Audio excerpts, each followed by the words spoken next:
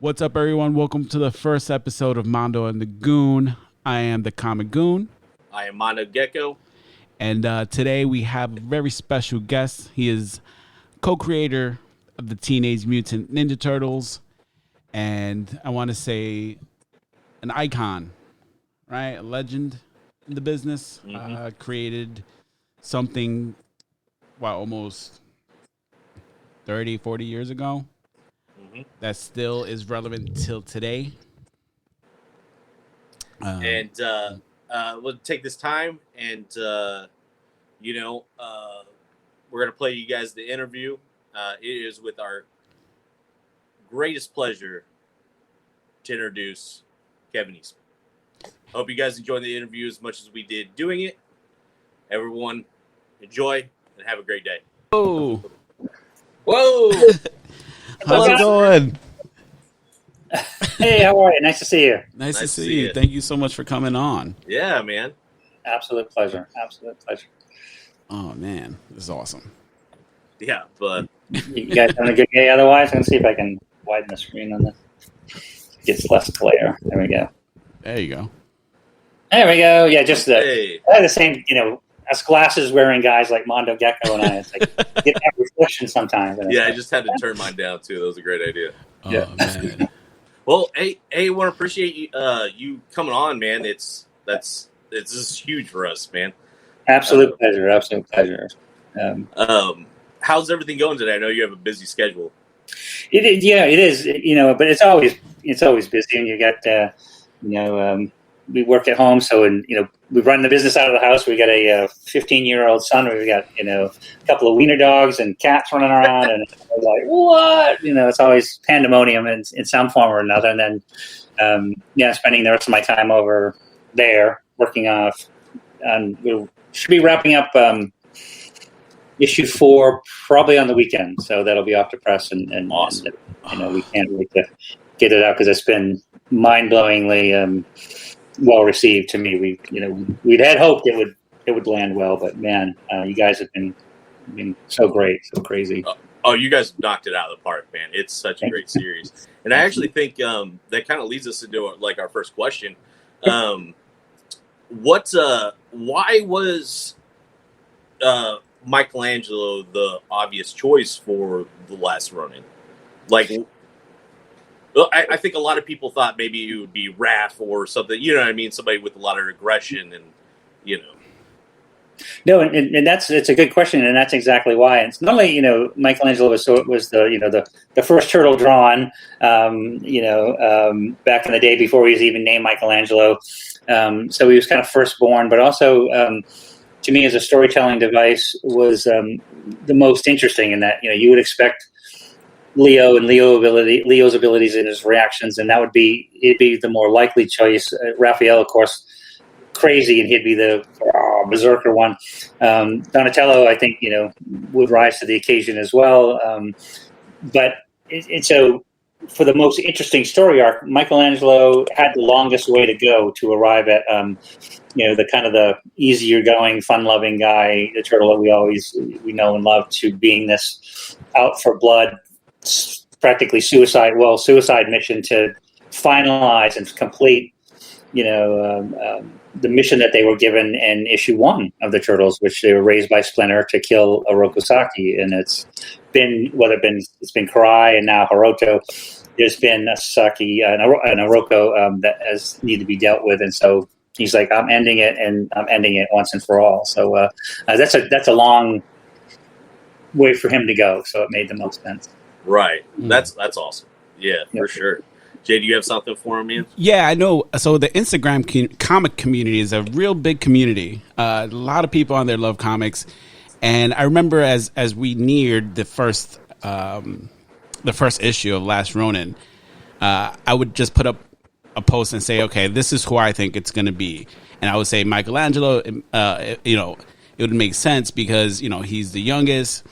And I think he would be able to tell that better story. He would, he always had his brothers there to kind of protect him and watch out for him.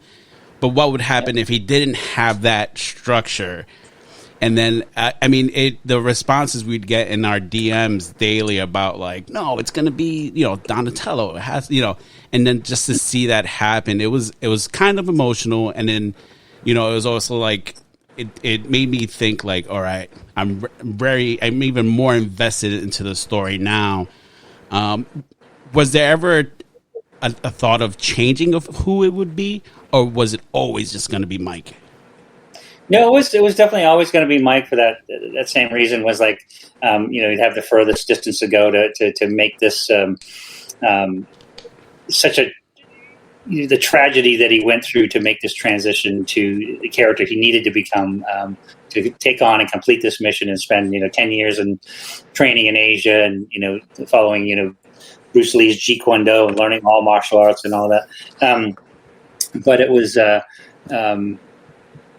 Yeah, it was. I don't know. It was just. It just made the most sense. I guess. I feel like, and it's been so much fun. And I use the term loosely because it's like the hell that he's going through. Right. Yeah. But no, it's he's our guy. Yeah. Awesome. So the Turtles have like transcended and had this huge impact on so many generations, like kids and adults. Was there a moment where you thought you had that we're not in Oz moment anymore? Like, and what moment did you like, wow, this is really taking off? Like, what's going on here? Like, I need to step back and like take it in.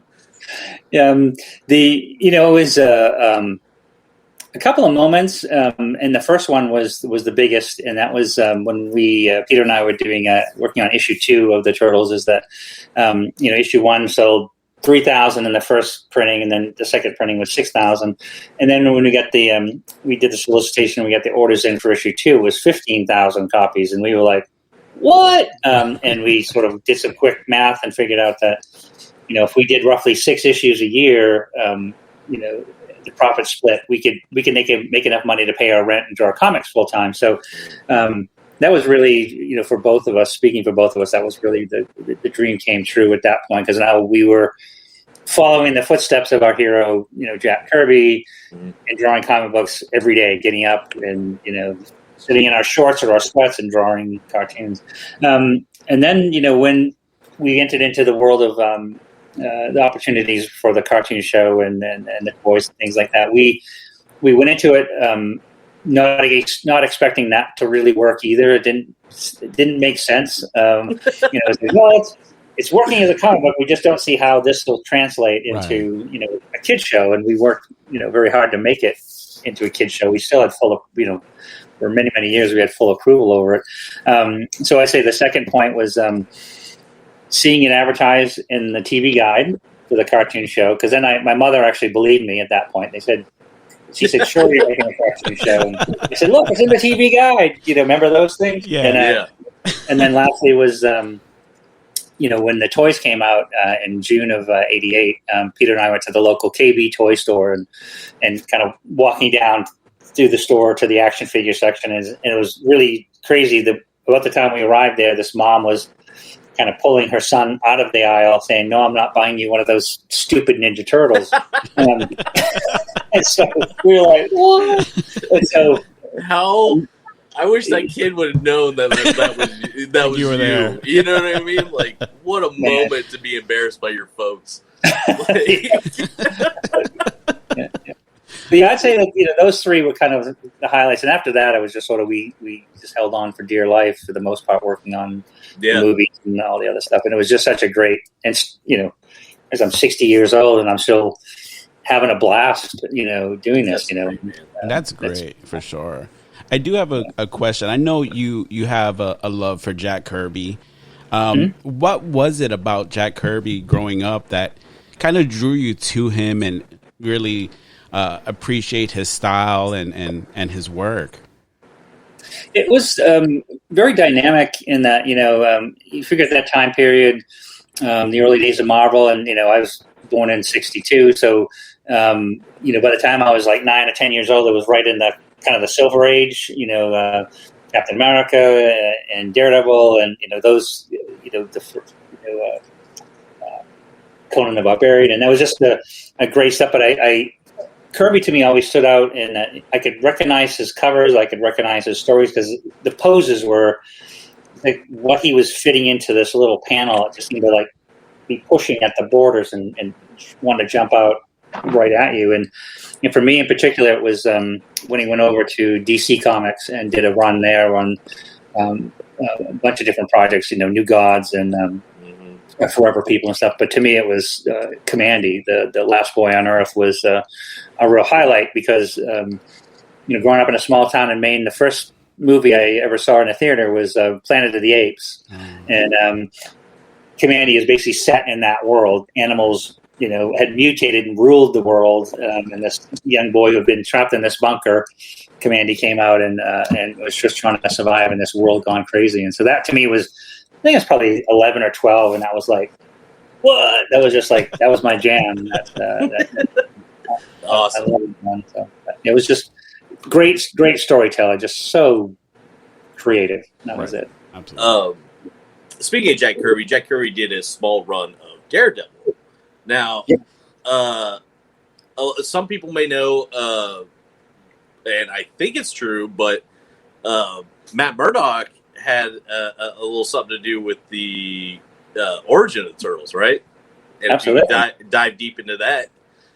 Yeah, no, it was definitely because I was a fan of Daredevil. That was one of my early favorites. I tend to lean towards the Daredevils and the Batmans and say Captain America and things that were a bit more grounded, a little bit more believable, I guess. Sure. Right. And but it was Matt Murdock's origin that was kind of funny, because when we started the first issue, Pete and I were definitely making it a parody, kind of along the lines of Dave Sims, Cerebus. When that originally started, it was really a parody of Barry Smith's and Roy Thomas's Conan the Barbarian. And so I said, what's funny, Pete, is after what happens to young Matt Murdock, he sort of jumps out and saves the blind guy crossing the street while there's a truck barreling towards him with carrying radioactive waste in the middle of New York City, which often happens apparently. And so he saves the boy. The truck puts on his brake, and this canister comes loose and hits him near the eyes. And I said, they never say what happened to the canister. And so we just had to continue bouncing down the street, and this poor kid that was holding a glass terrarium with turtles was standing right over a sewer cover conveniently, and it smashed into that and down into the sewer. Oh, man. So, and then there was, other parallels, because I was really, I still remember when Frank Miller came along in Daredevil 158, and man, what a fantastic run he had. It was such a big influence on me as well. But his band of evil ninjas was called the Hand, and we have the Foot. And then Daredevil's mentor was a guy named Stick, and we have Splinter. And so, yeah, there was definitely that very Miller-esque urban crime sort of element that, with the ninja and stuff. That was. We actually, that's funny you brought the Hand and the Foot up. Yeah. One of the guys in our club, Deadhead, wanted to know who would win. Oh, I'm sorry. Jay said, who would win? What clan would win, the Hand or the Foot? That's a really good question, because it was now, are you biased? Well, yes, no, because I said, well, but no, I liked one of the things that I loved about what and where we veered off from it, and what I loved what Miller and Jansen and what they were doing with the Hand was, it was a lot more mysticism and sort of the Stone and some of the other characters were in fact some of them were actually dead or not zombies or reanimated, the things that they do to bring Elektra back to life, and there was just more of a mystic feeling to it. And we just wanted sort of straight up ninjas like you used to see in Bruce Lee movies, or those the ones I used to watch on Saturday mornings when we finally got cable. They'd run martial arts theater on Saturdays, and they'd be just filled with ninjas and samurais, and I love that stuff. But I think it's the advantage would be a guy like Shredder who's just walking around covered in cutlery. He'd be the one that would turn the tide, I think. So. Oh, okay. Fair enough. I like it. I still remember when we did the designs for Shredder, we were like, how can this guy even move around, without cutting himself or something? I don't know. I remember watching the first Turtle films in the movie theater, and they had that shot of Shredder from behind as they're pulling his robes off. And being a kid, I'm like, that is cool as hell. I looked at my uncle. I was like, this is amazing. Like, this is the coolest thing I've ever seen. Like, the way they brought him to life and in the movies was just, I mean, that whole movie in general is my favorite movie, I think, out of all of them. I think it was to me, just so well done. The costuming and the characters and the story. I thought it was great. But watching like Shredder, like watching the Turtles, like first appear in that opening segment was cool. But then seeing Shredder, you're like, oh, this guy's a badass dude. Like, oh. No, that's so great. Steve Barron was the director, and Todd Langdon was the writer for the movie. He used to work on the Wonder Years, and thank goodness Steve Barron's relationship with Jim Henson, when because that's the be all end all. So if you don't believe the characters when you put them up on screen, then we've lost the war. And Jim Henson, his crew brought those guys to life in a way that I still get goosebumps when I think about it. It's just fantastic. And Steve was just such a great storyteller. It's like, I say, if you want really heroic appearing superheroes or heroes, the bad guy has to be badass. And so, making the Shredder just like, and you went like, it's really, he made it scary. Like, when we first saw Darth Vader, he was like, exactly. Great point. Yeah. I remember just the scene that always cracks me up is when they fight Shredder, they all get beat up, and I think it was Michelangelo's like, someone should tell him we're the good guys. It just cracks me up all the time, every time I see it. So I think for your guys' 40th, or what? How long ago was the movie? The movie came out in '89. Yeah, in 1990. Yeah, 1990. Okay. Yep, 1990. So, like, I think for the next anniversary, like, should do this giant thing out that farmhouse that like still exists.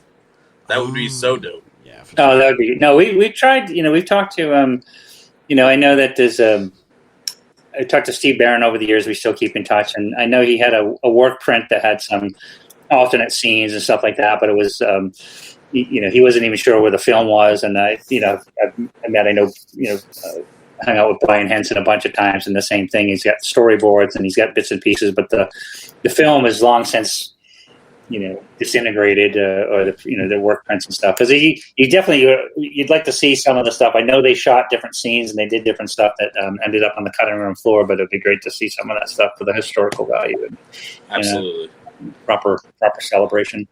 Speaking of movies, I know Seth Rogen is planning to do a film.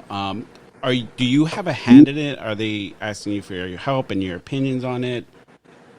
Not really. It's sort of, they don't have to. I sold my rights years ago, and that's always grateful. Nickelodeon as a company has just been so generous and kind to me, and because they don't have to, but they always go out of their way to involve me in different things, working on the cartoon show and working on the comics and all that. But there's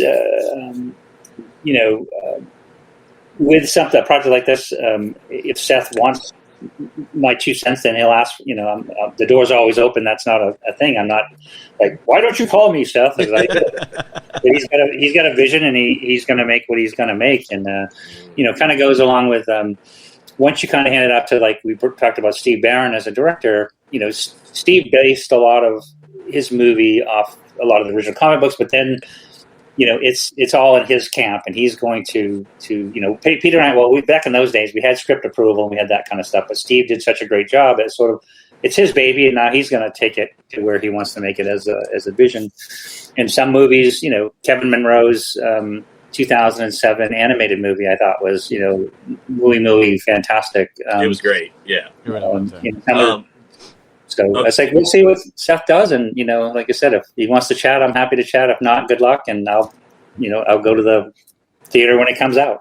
Yeah. So do you think we'll ever get a dark, gritty version of The Last Ronin similar to the first Turtles movie? Like, I mean, is that something that you guys have, talked about, or maybe shop I that think around at all? well, of course, it's always for me, it's always in the back of your mind. But I also thought, I know the concept of The Last Ronin is pretty dark in a lot of ways. There's redeeming qualities, and there's redemption, and there's things but it's a pretty intense and dark story. But Tom and I have talked about it a few times, and we thought, like, when they did the Batman versus Turtles animated movie, they had a nice edge to it. It was geared towards an older audience, and kind of like what Warner Brothers did when they did Batman Year One, or they adapted Frank Miller's Dark Knight, or Killing Joke, Red Hood, that kind of stuff. So there's room for an edgier animated piece, and I think that Last Ronin could be great for that, especially for the futuristic, big sets and futuristic world and stuff. So an animated version, I think, would be perfect. So maybe, I think even Nickelodeon was surprised that everybody's pleased, of course, but they were surprised at the reception. They said, "Oh, this is going to be a really great book for the original fans," and then it just really exploded. Blew up. And that's your fault. Your fault. Thank you. So no, I'd love to have that. Like, pulled it out of that drawer that it was stuck in for 30 years. We wouldn't be in the situation. Touche. What do we have here? I know we're running pretty short on time. I think we're 20 minutes or so, but that's I think we're good for a couple more. I don't have a clock in front of me. Okay. My wife usually comes in and bangs on the door and says, "Okay." Yeah, we don't want to take up any Stop talking. Go back to work. we do. So I'm curious. I know the Batman and Turtles was such an awesome crossover. Yes. If you could do another crossover with different character, who in any company, let's say Marvel, DC, whatever, who would it be? Well, two really come to mind, and actually, first, James Tinian and what Freddie did, for those first, for the series was fantastic. All three series were great, and I loved doing covers for them, and it was even more fun to work with Freddie on the third series, where he came up with a way for us to integrate, as it was conceived by James, and we integrated the two Turtle universes, the original Mirage one with that one. It was an absolute blast. It was such a great story. But immediately I think of, I mentioned Jack Kirby's Commandy. I mentioned a few times to DC and Nickelodeon they'd like to do that as, the Turtles time traveling through that to that world of Commandy, because it's a world run by animals. They would be at home, more home there than anywhere else, and stuff. So that was near the top of the list, and probably equal that would be Daredevil. It'd be great to do a Turtles Daredevil crossover. So Jay and I were getting prepared for today. Like, we're obviously huge admirers of your work, man, and the joy that you brought to us. We grew up, poor, what I mean, and like our fondest memories are with the Turtles, and that's kind of like extended into our adulthood, But Jay has some really interesting stories that I don't know if you remember or not. So if Jay, you want to take that away. So I was at a con in New Jersey a few years ago, and I was with my wife, and we were getting some stuff signed, and I'm like, should I ask Kevin if he could sign my tattoo? And she's like, I'll just do it. And then she asks you, and then you signed my leg, and then I just went right after the show and got it tattooed on me. And then I brought it back. I just remember you being so kind and saying, thank you so much. Like, you just really have a way with the fans where they're very loyal and they really appreciate the work you do. And, you take out so much of your time to chat with them and talk with them. And, I think that's awesome because a lot of times you don't always get that. They always say, "Oh, don't meet your heroes," but in this case, it's like it was everything and more. It was just everything what I expected and more. So I just want to say thank you for that because, again, the Turtles. I think when you look at it, it brought a lot of joy to a lot of people. So now us 30-something-year-old men now share that with our children, and we make new memories and new relationships. And I think it just tells an incredibly awesome story. You know, none of this gets shared with any of the No. Thank you guys. No, thanks for the kind words, and I sincerely and humbly appreciate it, because it is really, and they do have that saying, sometimes it's not good to meet your heroes. You don't want to be disappointed. And going back to Jack Kirby again, I remember the first time I got close to him and not even really met him, but it was at San Diego Comic-Con in like 1986, and he'd come in, and it was obviously, I think they only got 6,000 or 7,000 people that year, and so we heard he was in the building. So Pete and I sort of got up and ran over to where he was, and he had just finished telling this story to a fan who had asked. He was already circled by circled by fans. He was sort of sitting in the lobby at this convention center, and telling how he and Joe Simon had created Captain America, and it was a great story, and everybody's hanging on every word. And so another fan, I think, was just too nervous. It just basically asked the same question: "How did you guys create Captain America?" And instead of Kirby sort of making that person feel belittled, or like, "Oh, you asked a stupid question," or "Weren't you listening?" and stuff, he answered the question again with the same intensity and same passion, and saying he gave that fan such a great moment. And to me, I always said, if I'm lucky enough to have have fans like Jack Kirby, I hope I treat him with the same respect that he does, because it was just like, you could tell that he loved what he did, and I loved what I do. And I always say that, when I do these interviews and hang out with you guys, it's like, I have the greatest job. I'm literally going back to work thanks to you guys. I have the greatest job ever. I'm living the dream, and I'm drawing comic books, and I couldn't do it without you. And I know Courtney's just finally, she knows she's booking shows for next year, so we're excited to start getting back out there again, because we missed you guys. And I couldn't do it on my own, so I appreciate you guys so much. Awesome. This is kind of a surreal moment for me, because for years I've tried to meet you and get something signed, and this is my first time really meeting you. But it's always falling through, or something's happened, or they cut off the line, or whatever it is. And this is great, man. We really appreciate you coming on. My absolute pleasure. So, Jay, do you have anything else? Just one last question. I found a picture online, and I kind of wanted to show it to you and kind of get the story behind it. It's you in a tank. Such you're going to ask about the mustache. No, man, that mustache is great. You look like somebody from the 1973 Yankees bullpen. You look great, bud. It's such a great picture. Is it true that you actually bought a tank? It is. It's kind of a funny. It's a funny story, and it's just that when I was growing up, I a lot of comics I used to read. When I wasn't reading superhero comics, I'd read Sergeant Rock or Sergeant Fury, or The Losers, or Haunted Tank, or all that stuff. I loved it. In Weird War, and so I always had a fascination for military vehicles. And I had met this guy on set, and he had supplied vehicles of all kinds to different movies. And I said, you got a tank for sale? And he goes, yeah, I got a couple. And I was like, really? I got a couple? And the craziest part was, and I think this is probably 1990, 1991 ish. Basically, paid and delivered, it was $35,000 to get a tank. And dude, that's one of the biggest rock star moments ever. That's like a Jethro Tull move. You know what I mean? I would say, I was hoping when I asked you earlier about what was the aha moment, and I thought you were gonna be like, oh, the time I bought a tank. Or that kind of goes into the other thing about you with your Russian ties with the with the toys, right? Oh yeah.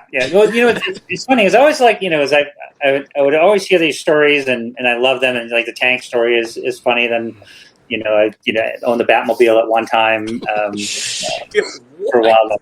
Michael Keaton one. I mean, I built a comic book art museum, and at auction I bought the original Michael Keaton first Tim Burton cow. video. But I love how these stories get better. It's like I remember once somebody came up to me and said, he goes, I heard back in the day that you used to take the Concorde back and forth to next one in a minute. Okay. Take the Concorde back and forth to Paris or London, once a week. And I was like, what? And I took the Concorde once just to try it, and it was like a very fast bus. It scared the hell out of me, going 3,000 miles an hour, 1,200 miles an hour. So anyway, stories get better with time, and certainly later at night in a bar, they even get better. So, but listen, guys, I just want to say that this has been an absolute blast. Really enjoyed talking to you, and let's circle back and do another one once we finish Last Ronin, and you give me a report. Let me know. Let me know how absolutely. I did. Kevin, thank you so much for coming on and talking with us. Thanks so much, Kevin. Cowabunga. Take care, brother. Later, brother. Bye. Cheers. Oh my What the fuck, man?